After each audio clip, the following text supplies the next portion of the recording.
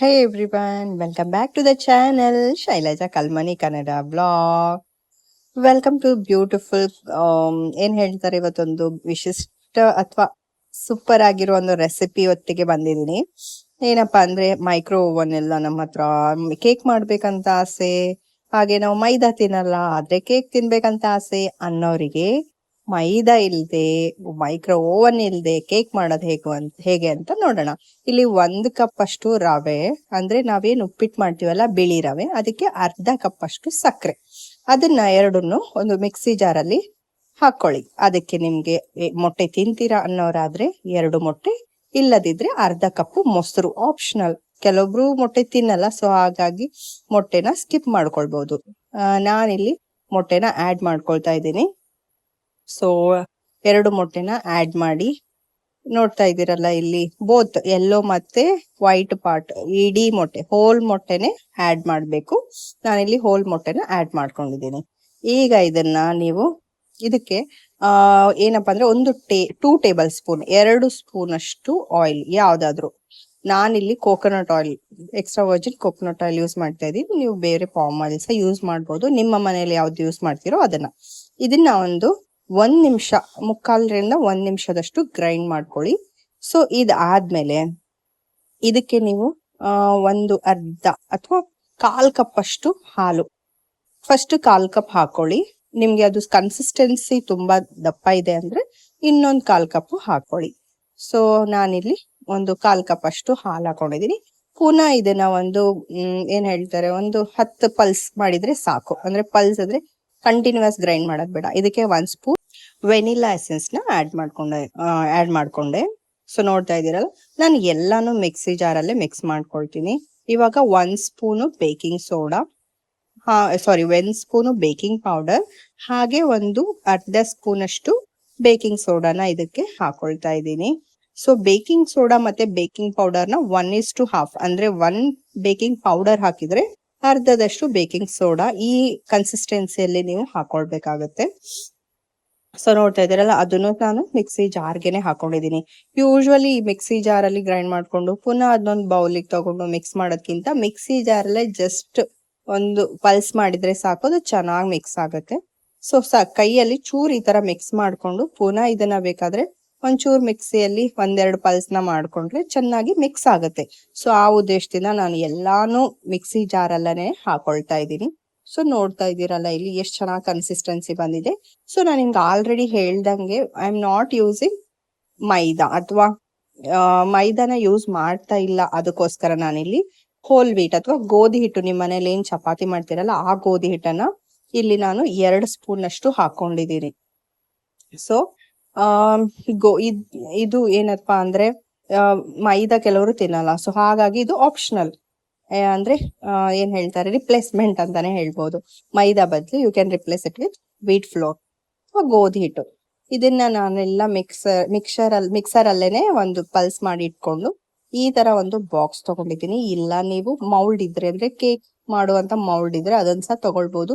ಈ ತರ ಒಂದು 1/2 ಸ್ಪೂನ್ ಅಷ್ಟು ತುಪ್ಪ ಹಾಕಿ ಪೂರ್ತಿ ಸವರ್ಕೊಂಡಿದೀನಿ, ಗ್ರೀಸ್ ಮಾಡ್ಕೊಂಡಿದೀನಿ. ಸೊ ಇಲ್ಲಿ ಒಂದು ಟಿಪ್ ಏನಪ್ಪಾ ಅಂದ್ರೆ, ಯಾವುದೇ ಮೌಲ್ಡ್ ಅಲ್ಲಿ ನೀವು ಕೇಕ್ ಮಾಡ್ಬೇಕಾದ್ರೂ ಸಹ ಆ ಮೌಲ್ಡಿನ ಹಾಫ್ ಪೋರ್ಷನ್, ಈಗ ಫಾರ್ ಎಕ್ಸಾಂಪಲ್ 6 ಇಂಚ್ ಇದ್ರೆ 3 ಇಂಚ್ ಮಾತ್ರ ನಿಮ್ದು ಬ್ಯಾಟರ್ ಇರ್ಬೇಕು. ಸಿನ್ಸ್ ನನ್ನ ಹತ್ರ ಮೌಲ್ಡ್ ಇಲ್ಲ ಅನ್ನೋ ಉದ್ದೇಶಕ್ಕೆ ನಾನು ಡಬ್ಬಿನ ಯೂಸ್ ಮಾಡ್ತಾ ಇದ್ದೀನಿ. ಸೊ ಇವಾಗ ಕೆಳಗಡೆ ಯೂಶಲಿ ನಾವೇನ್ ಹಾಕ್ತಿವಿ, ಬಟರ್ ಪೇಪರ್ ಹಾಕ್ತಿವಿ. ಬಟರ್ ಪೇಪರ್ ಇಲ್ಲ ನನ್ನ ಹತ್ರ, ಬಟ್ ನಮ್ಮ ಮನೇಲಿ ಏನ್ ಹೇಳ್ತಾರೆ ಬಾಳೆ ಗಿಡ ಇದೆ. ಸೊ ಹಾಗಾಗಿ ಬಾಳೆ ಎಲೆನೆ ಈ ತರ ಡಬ್ಬಿ ಎಷ್ಟಿದೆಯೋ ಅಷ್ಟನ್ನ ಕಟ್ ಮಾಡ್ಕೊಂಡು ಅದನ್ನ ಅಡಿಯಲ್ಲಿ ನಾನು ಇಟ್ಕೊಳ್ತೀನಿ. ಯಾಕಂದ್ರೆ ನಾನು ಪ್ರೀವಿಯಸ್ ಒಂದು ಕೇಕ್ ಮಾಡಿದಾಗ್ಲೂ ನಿಮ್ಗೆ ತೋರಿಸಿದೆ, ನಾನು ಬಾಳೆ ಎಲೆಯಲ್ಲೇ ಮಾಡಿದೆ. ಅದು ತುಂಬಾ ಚೆನ್ನಾಗಿ ಬರುತ್ತೆ ಕೂಡ, ಮತ್ತು ಆ ಬಾಳೆ ಎಲೆದು ಫ್ಲೇವರ್ ಸಹ ಬರುತ್ತೆ. ಸೊ ನನ್ಗದು ತುಂಬಾ ಇಷ್ಟ ಆಯ್ತು, ಹಾಗಾಗಿ ನಾನು ಇಲ್ಲಿ ಸಹ ಬಾಳೆ ಎಲೆನ ಯೂಸ್ ಮಾಡ್ಕೋತಾ ಇದ್ದೀನಿ. ಈ ತರ ಡಬ್ಬಿ ಎಷ್ಟಿದೆಯೋ ಅಷ್ಟು ಕಟ್ ಮಾಡ್ಕೊಂಡು ಅದನ್ನ ಕ್ಲೀನ್ ಆಗಿ ತೊಳ್ಕೊಂಡು ಅದಕ್ಕೆ ಒಂಚೂರು ಗ್ರೀಸ್ ಅಂದ್ರೆ ತುಪ್ಪನ ಪುನಃ ಅದಕ್ಕೊಂಚೂರು ಸವರಿ ಅದನ್ನ ಈ ತರ ಡಬ್ಬಿಯಲ್ಲಿ ಫಿಕ್ಸ್ ಮಾಡೋದು, ಅಂದ್ರೆ ಡಬ್ಬಿಯ ಅಡಿಯಲ್ಲಿ ಇಡೋದು. ಸೊ ನೋಡ್ತಾ ಇದ್ರೆ ಅದು ಕರೆಕ್ಟ್ ಆಗಿ ಅದು ಅಳತೆ ತಗೊಂಡು ಕಟ್ ಮಾಡ್ಕೊಂಡಿರೋದ್ರಿಂದ ಕರೆಕ್ಟ್ ಆಗಿ ಕೂತ್ಕೊಳ್ಳುತ್ತೆ. ಸೊ ಹಾಗಾಗಿ ನನ್ನ ಫೇವ್ರೆಟ್ ಇವಾಗ ಕೇಕ್ ಮಾಡೋದ್ರಲ್ಲಿ ಬಾಳೆ ಎಲೆನೆ. ನಾನ್ ಬಟರ್ ಪೇಪರ್ ಯೂಸ್ ಮಾಡೋದೇ ಇಲ್ಲ ಈಗೀಗ. ಸೊ ನೋಡ್ತಿದ್ದಕ್ಕೆ ಒಂದು 4-5 ಡ್ರಾಪ್ಸ್ ಅಷ್ಟು ತುಪ್ಪನ ಹಾಕೊಂಡು ಸವರ್ಕೊಂಡು ಈ ತರ ಅಡ್ಜಸ್ಟ್ ಮಾಡ್ಕೊಂಡಿದೀನಿ. ಪುನಃ ಹೇಳ್ತಾ ಇದ್ದೀನಿ, ತುಂಬಾ ಬ್ಯಾಟರ್ನ ಹಾಕಕ್ ಹೋಗ್ಬೇಡಿ. ತುಂಬಾ ಬ್ಯಾಟರ್ನ ಹಾಕಿದ್ರೆ ಅದು ಉಬ್ಬಿ ಬರುತ್ತೆ. So only half of the mould ಅಥವಾ ಹಾಫ್ ಆಫ್ ದ ವೆಸಲ್ ನೀವೇನ್ ಯೂಸ್ ಮಾಡ್ತೀರೋ ಅದು. ಇವಾಗ ಈ ಬ್ಯಾಟರ್ ರೆಡಿ ಆಗಿದೆ. ಇದಕ್ಕೆ ಲಾಸ್ಟ್ ಅಲ್ಲಿ ಟೂಟಿ ಫ್ರೂಟಿನ ಹಾಕ್ತಾ ಇದ್ದೀನಿ. ಟೂಟಿ ಫ್ರೂಟಿ ಹಾಕೋದ್ರಿಂದ ಮಕ್ಕಳಿಗೆ ತುಂಬಾ ಇಷ್ಟ ಆಗುತ್ತೆ ಹಾಗೂ ಅದು ಕಲರ್ಫುಲ್ ಆಗಿ ಕಾಣುತ್ತೆ. ಹಾಗಾಗಿ ನಾನು ಯಾವ್ದೇ ತರ ಕೇಕ್ ಮಾಡಿದಾಗ್ಲೂ ಈ ಟೂಟಿ ಫ್ರೂಟಿನ ಹಾಕೊಳ್ತಿದೀನಿ. ಸೊ ಇದನ್ನ ಹಾಕೊಂಡು ಜಸ್ಟ್ ಸ್ಪೂನ್ ಅಲ್ಲಿ ಒಂಚೂರ್ ಮಿಕ್ಸ್ ಮಾಡಿ ಅದನ್ನ ಬ್ಯಾಟರ್ನ ನಾನಿಲ್ಲಿ ಡಬ್ಬಿಗೆ ಹಾಕೊಳ್ತಾ ಇದ್ದೀನಿ. ಡಬ್ಬಿಗೆ ಹಾಕೊಂಡು ಇಲ್ಲಿ ನೋಡ್ತಾ ಇದ್ದೀರಲ್ಲ, ನನ್ನ ಬ್ಯಾಟರ್ ಆಲ್ಮೋಸ್ಟ್ 3/4 ಭಾಗ ಫುಲ್ ಆಗಿದೆ ಡಬ್ಬಿಯಲ್ಲಿ. ಸೊ ಹಾಗಾಗಿ ಸ್ವಲ್ಪ ಕೇಕು ಉಬ್ಬಿದ ಹಾಗೆ ಬಂದಿದೆ. ಬಟ್ ನೀವು ಕರೆಕ್ಟ್ ಆಗಿ ಹಾಫ್ ಹಾಕೊಂಡ್ರೆ half of that vessel correct ಆಗಿ ಬರುತ್ತೆ. ಸೊ ನೋಡ್ತಾ ಇದ್ದೀರಲ್ಲ, ಬ್ಯಾಟರ್ ಪೂರ್ತಿ ಈ ಕನ್ಸಿಸ್ಟೆನ್ಸಿಗೆ ಬಂದಿದೆ. ಬ್ಯಾಟರ್ ಮಿಕ್ಸ್ ಆದ್ಮೇಲೆ ಒಂದು 20 ಮಿನಿಟ್ಸ್ ಇಟ್ಕೊಳ್ಳೋದ್ರಿಂದ ಅದು ತುಂಬಾ ಚೆನ್ನಾಗಿ ಬರುತ್ತೆ. ಸೊ ಲಾಸ್ಟ್ ಅಲ್ಲಿ ಇದ್ರ ಮೇಲೆ ಅಗೇನ್ ಟೂಟಿ ಫ್ರೂಟಿನ ಈ ತರ ಸ್ಪ್ರಿಂಕಲ್ ಮಾಡ್ಕೊಂಡು, ಇದು ಆಪ್ಷನಲ್ ನಿಮ್ಗೆ ಬೇಕಾದ್ರೆ, ಬಟ್ ಅದು ಚೆನ್ನಾಗಿ ಕಾಣಿಸುತ್ತೆ ಅದು ಅನ್ನೋದಕ್ಕೋಸ್ಕರ ನಾನು ಪುನಃ ಇದು ಬ್ಯಾಟರ್ ಮೇಲೆ ಅಂದ್ರೆ ಕೇಕ್ ಬ್ಯಾಟರ್ ಮೇಲೆ ಸ್ವಲ್ಪ ಟೂಟಿ ಫ್ರೂಟಿನ ಹಾಕೊಳ್ತಾ ಇದ್ದೀನಿ. ಈಗ ಹಾಕಿ ಒಂದು 20 ಮಿನಿಟ್ಸ್ ನಾನು ಸೈಡ್ ಅಲ್ಲಿ ಇಡ್ತೀನಿ. ಹೀಗೆ ಇಡೋದ್ರಿಂದ ಅದು ಒಂಥರ ಸ್ಮೂತ್ ಇನ್ನೂ ಸಾಫ್ಟ್ ಆಗಿ ಬರುತ್ತೆ.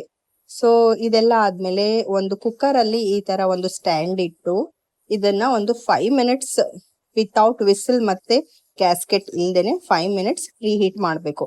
ಫ್ರೀ ಹೀಟ್ ಮಾಡಿದ್ಮೇಲೆ ನಮ್ಮ ಕೇಕ್ ಬ್ಯಾಟರ್ನ ಅದ್ರಲ್ಲಿಟ್ಟು 40 ಮಿನಿಟ್ಸ್ ಅಷ್ಟು ಮೀಡಿಯಂ ಫ್ಲೇಮ್ ಅಲ್ಲಿ ಮಾಡಿದ್ರೆ ನೋಡ್ತಾ ಇದೀರಲ್ಲ ಎಷ್ಟು ಬ್ಯೂಟಿಫುಲ್ ಆಗಿ ನಮ್ಮ ಕೇಕ್ ರೆಡಿ ಆಗಿದೆ. ನಾನು ಇಲ್ಲಿ ತೋರಿಸ್ತೀನಿ. ಈ ಚಾಕುವಿಂದ ಕೇಕ್ ಒಳಗೆ ಹೀಗೆ ಚುಚ್ಚಿದ್ರೆ ಚಾಕುಗೆ ಒಂಚೂರು ಸಹ ಏನು ಅಂಟೋದಿಲ್ಲ. So it means cake super ಆಗಿ ಪರ್ಫೆಕ್ಟ್ ಆಗಿ ಬಂದಿದೆ ಅಂತ ಅರ್ಥ. ಸೊ ನೋಡಿದ್ರಲ್ಲ, ಓವನ್ ಇಲ್ದೇನೆ ಮೈದಾ ಇಲ್ದೇನೆ ಕೇಕ್ ಮಾಡೋದು ಹೇಗೆ ಹೆಲ್ದಿ ಆಗಿ ನಿಮ್ ಮಕ್ಳಿಗೆ ಸ್ನಾಕ್ಸ್ ಅಥವಾ ಏನೋ ಟಿಫಿನ್ ಬಾಕ್ಸ್ ಅಲ್ಲಿ ಡಿಫ್ರೆಂಟ್ ಆಗಿ ಮಾಡ್ಕೊಡೋದು ಹೇಗೆ ಅಂತ. ಕೇಕ್ ಮಾತ್ರ ತುಂಬಾ ಚೆನ್ನಾಗಿ ಬಂದಿತ್ತು, ಸಾಫ್ಟ್ ಆಗಿ ಬಂದಿತ್ತು. ಇಲ್ಲಿ ನಮ್ಮ ಮನೇಲಿ ಒಬ್ರು ಮಾಸ್ಟರ್ ಶೆಫ್ ಇದ್ದಾರೆ, ಅವ್ರು ಒಂದು ರಿವ್ಯೂಸ್ ಕೊಟ್ಟಿದ್ದಾರೆ ನೋಡಿ ಕೇಕ್ ಹೇಗಿತ್ತು ಅಂತ ಕೇಳಿದಕ್ಕೆ. ಸೂಪರ್ ಅಂತೆ. Thank you so much for your support. ಹೀಗೆ ನನ್ನ ಚಾನೆಲ್ನ ನೋಡ್ತಾ ಇರಿ, ಸಬ್ಸ್ಕ್ರೈಬ್ ಮಾಡಿ. ಬಾಯ್ ಬಾಯ್.